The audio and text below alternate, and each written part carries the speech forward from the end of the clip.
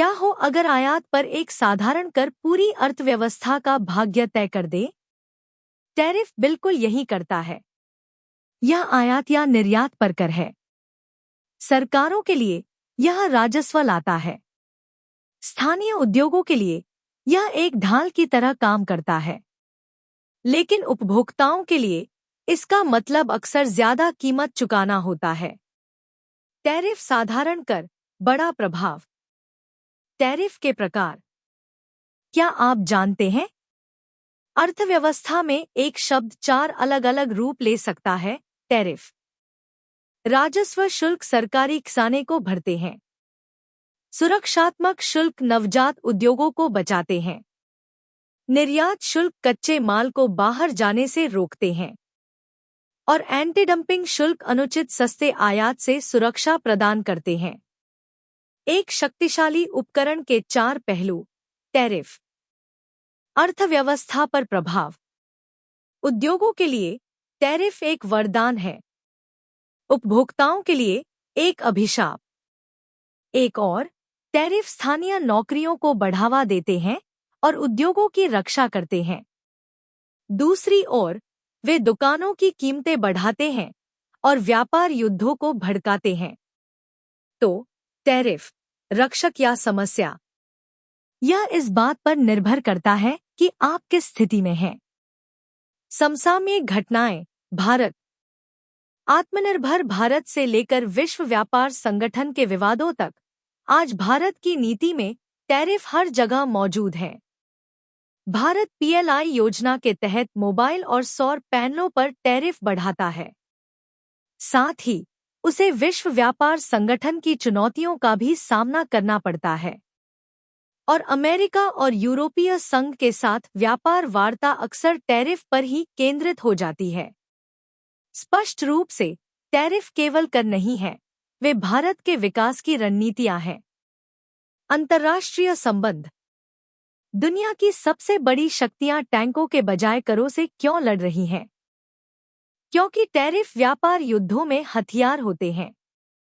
America और चीन मिसाइलों की तरह टैरिफ का आदान प्रदान करते हैं। कुछ देश टैरिफ का इस्तेमाल बातचीत के लिए करते हैं, तो कुछ सजा देने के लिए। और विश्व व्यापार संगठन के नियमों के तहत हर टैरिफ एक कूटनीतिक शतरंज की चाल बन जाता है। इतिहास। औपनिवेशिक भारत। 1800 के दशक में भारतीय वस्त्रों ने दुनिया पर राज किया। फिर एक नीति ने सब कुछ बर्बाद कर दिया। अंग्रेजों ने अपने कपड़े को भारत में टैरिफ मुक्त आने दिया, लेकिन भारी शुल्क लगाकर भारतीय वस्त्रों पर रोक लगा दी। नतीजा? भारतीय बुनकरों के बाजार छिन गए, करघे टूट गए और उद्योग चौपट हो गया। टैरिफ ने भारत को निर्यातक से कच्चे माल का आपूर्तिकर्ता बना दिया। स्वतंत्रता के बाद संरक्षणवाद से उदारीकरण तक, टैरिफ की दीवारें बनाने से लेकर उन्हें तोड़ने तक, भारत की आर्थिक यात्रा बदलाव की कहानी है। 1950 के दशक में नेहरू के भारत ने नवजात उद्योगों की रक्षा के लिए टैरिफ की दीवारें खड़ी कीं। 1991 तक डॉक्टर मनमोहन सिंह ने उन दीवारों को तोड़ दिया, जिससे भारत वैश्वीकरण के लिए खुल गया। टैरिफ हमारे बदलाव को दर्शाते हैं। संरक्षणवाद से उदारीकरण। राजव्यवस्था, संवैधानिक शक्ति। क्या आप जानते हैं कि टैरिफ भारत के संविधान में लिखे गए हैं?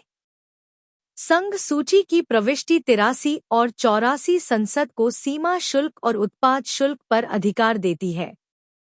इसलिए टैरिफ संघ का विषय है, राज्यों का नहीं। टैरिफ केवल अर्थशास्त्र नहीं है, वे संवैधानिक शक्ति हैं। संस्थाएं। भारत में टैरिफ का प्रबंधन वास्तव में कौन करता है? संस्थाओं से मिलिए। सीबीआईसी सीमा शुल्क लागू करता है, टैरिफ आयोग सरकार को सलाह देता है और संसद कानून बनाती है। टैरिफ अमूर्त नहीं है, इनका प्रबंधन भारत की संस्थाओं द्वारा प्रतिदिन किया जाता है। नैतिकता और निबंध।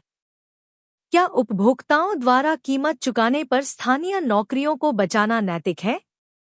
मुक्त व्यापार से सस्ता माल मिलता है। संरक्षणवाद स्थानीय नौकरियों को सुरक्षित करता है।